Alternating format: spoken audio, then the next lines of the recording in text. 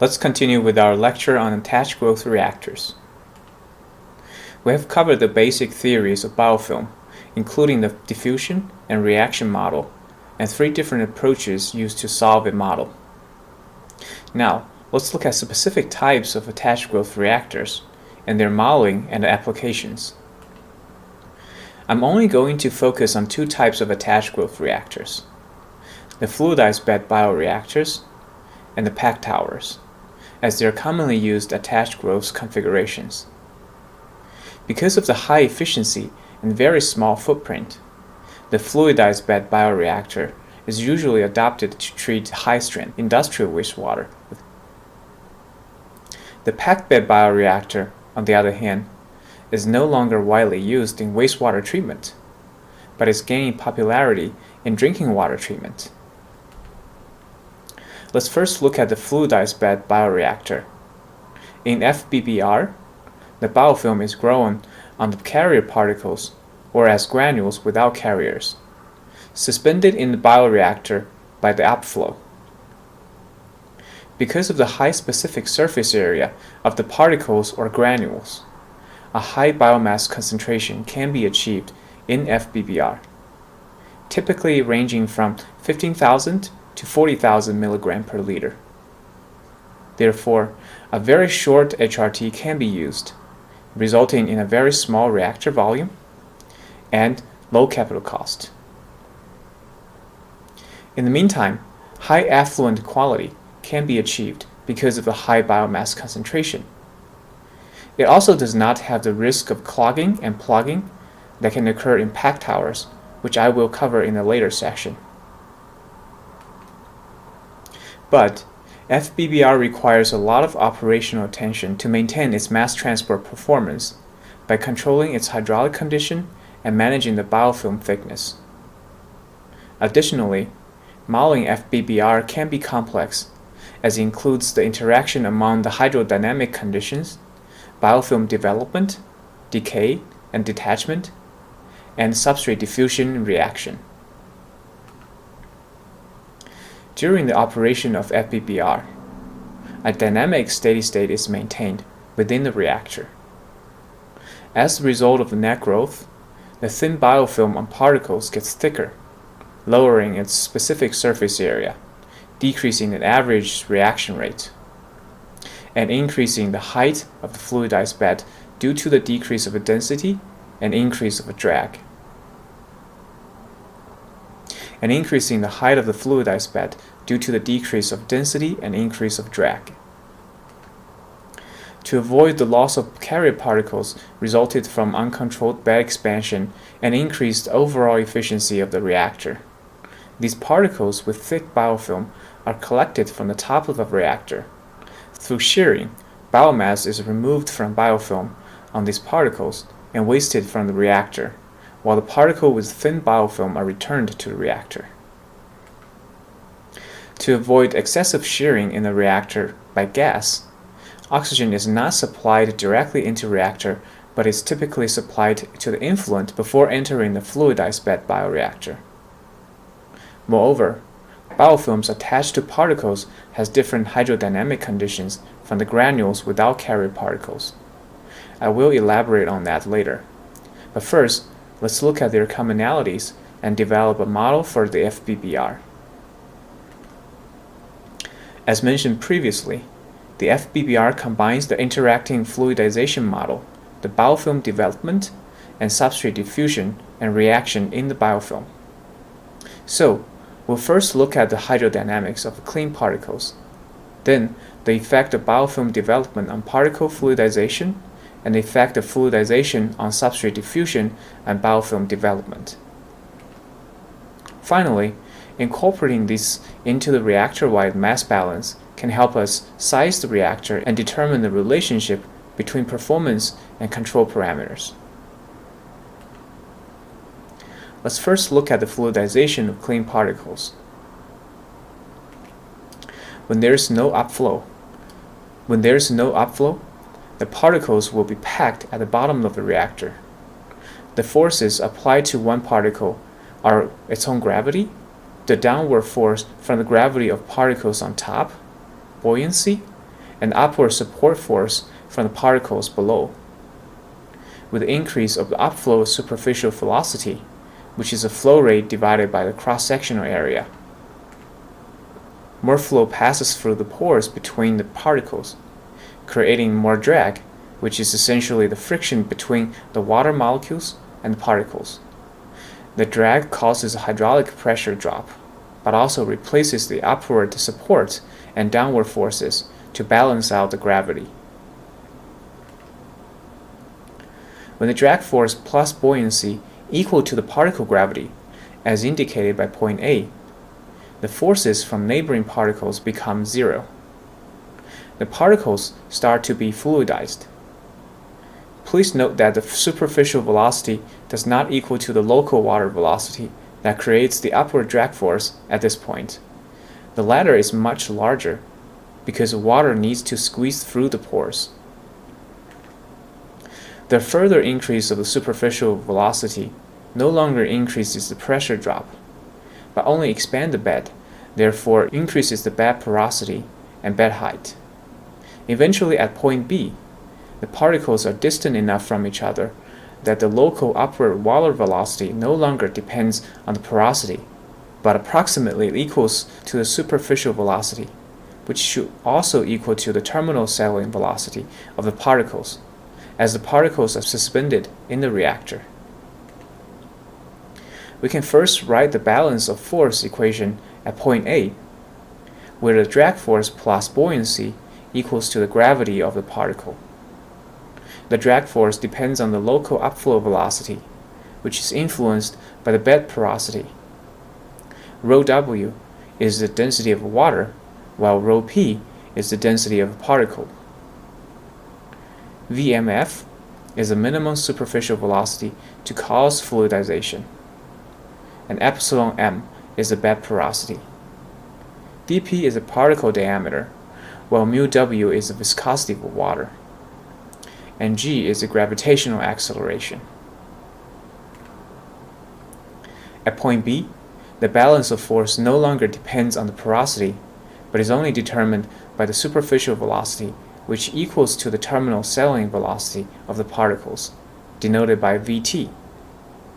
Cd is a drag coefficient, which is influenced by the Reynolds number. As for the fluidized bed height, it depends on the particle size and shape. In the model, we assume that the particles are spheres and infer the bed height from the bed height of the reference particle and the porosity of the packed bed of both particles. When the reference bed has no pore, the reference bed height is simply the mass of bed divided by the density and surface area. The bed height of interest is the reference bed height divided by 1 minus porosity. We can calculate the porosity of a bed consisting of a uniform, hard, and spherical particles from the Richardson-Zaki equation with applied superficial velocity v, terminal settling velocity vt, and a coefficient n that is correlated with the Galileo number and the Reynolds number. It is typically between 2 and 5 for clean particles.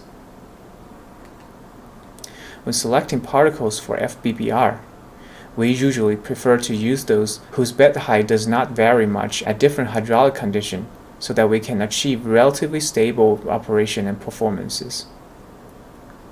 This figure shows the effect of applied superficial velocity on the ratio of bed height to reference bed height for particles with different diameters and densities. At constant density, we see lower variation of bed height at different superficial velocity for larger particles. When the particle diameter stays constant, denser particles achieved more stable fluidization. After looking at the fluidization of clean particles, let's now look at the effect of biomass on fluidization.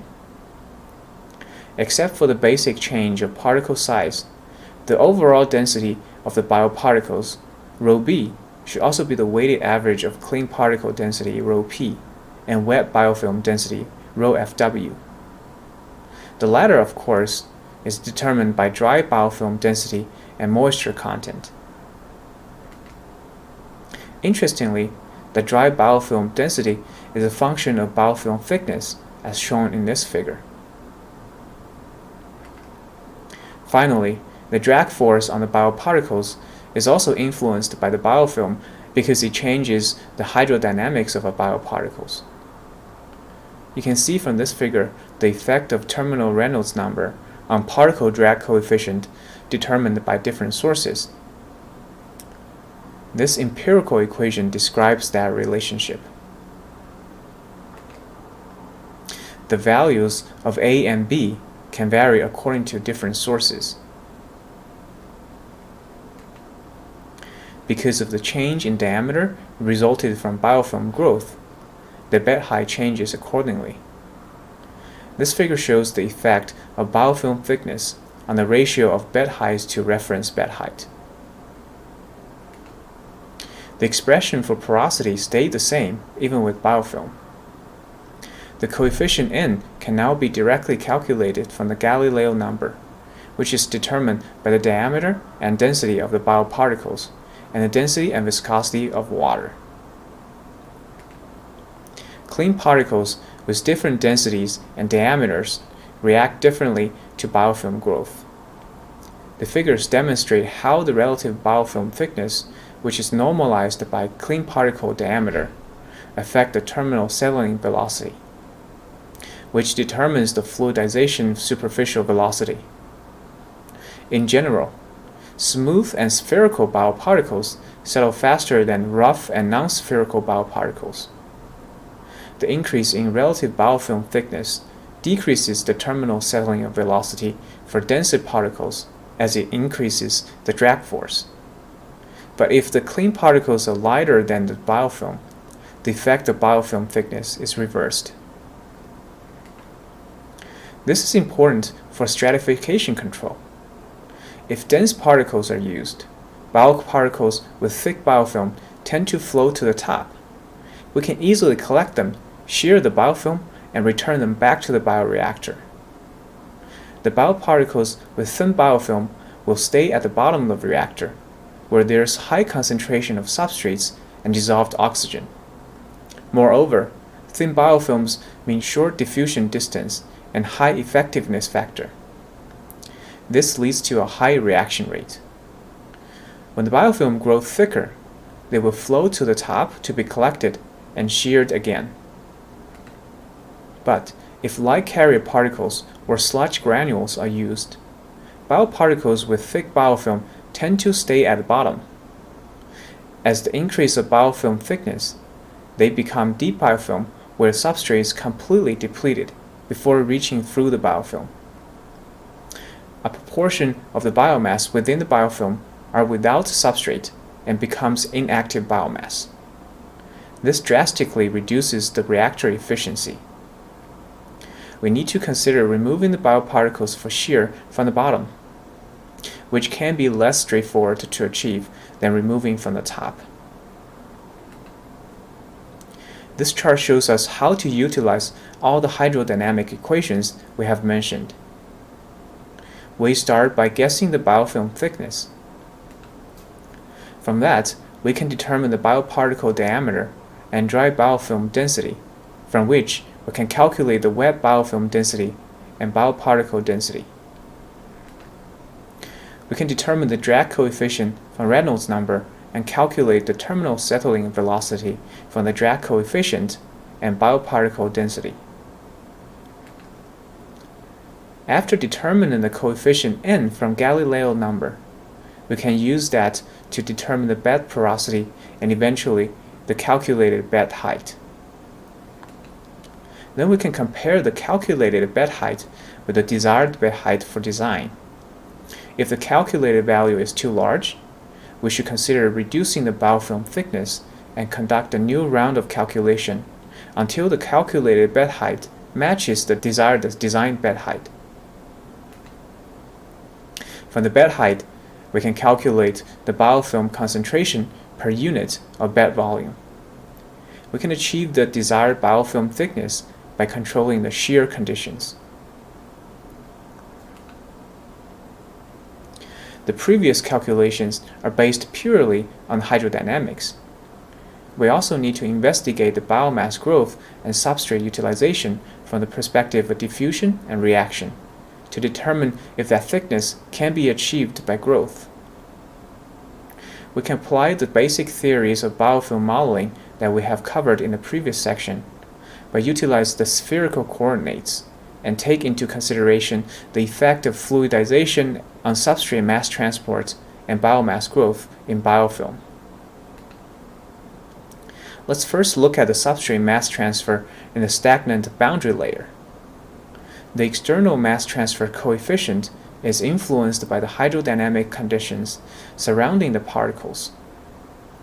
It is calculated with the porosity epsilon, substrate diffusivity in water, bioparticle diameter, and water velocity, viscosity, and density. Within the biofilm, the diffusion reaction of substrate are described by the system of ODE we have covered in the previous section. Those nonlinear ODE can be solved with the effectiveness factor approach and pseudo-analytical approach, or solved numerically with computational programs. In this class, we use the effectiveness factor method as an example. Recall that the effectiveness factor used to correct the biomass growth rate in the biofilm is found with the Thiele modulus, which is a ratio of maximum reaction rate to maximum diffusion rate. To calculate the Thiele modulus, we need to first find the characteristic biofilm thickness, that is, the biofilm volume divided by the biofilm exterior surface area. Then, we can find the Thiele modulus for zero-order and first-order growth kinetics from these equations, and finally, calculate the corresponding effectiveness factor from the Thiele modulus. You can check topic 20 for the definition and calculation of the first-order Thiele modulus, and try to deduct the expression for the zero-order Thiele modulus yourselves.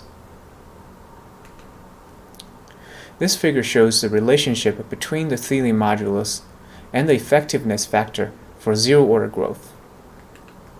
And this figure shows that for the first-order growth. Now, we have all the components needed for design of the FBBR, the hydrodynamic conditions, and the biofilm growth under that hydrodynamic condition. We can build the relationship between the reactor configuration, operating condition, and the reactor performance. This figure shows the effect of biomass thickness and the clean particle diameter on the time it takes to remove 90% of nitrate nitrogen.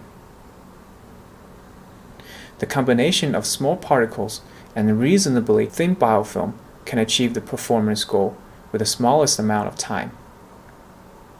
This makes sense because small particles means high specific surface area, and the reasonably thin biofilm suggests a short diffusion distance and high effectiveness factor for substrate while there is sufficient biomass. But from the perspective of the stability of a fluidized bed under varying hydraulic conditions, a large particle is preferred, so that also needs to be taken into consideration when designing an FBBR. Let's review how to design an FBBR. First, we choose the carrier particle characteristics, including its density, size, and porosity, based on the desired hydrodynamic condition and reactor configuration. Next, we can choose our target biofilm thickness that can achieve high reaction rate per reaction volume or reactor efficiency through the application of shear. Calculate the effectiveness factor and the biomass concentration. We can also choose the superficial velocity, which is essentially the hydraulic loading, and the recirculation, then calculate the cross-sectional area from them using this equation. Finally, we can calculate the bed height and reactor volume.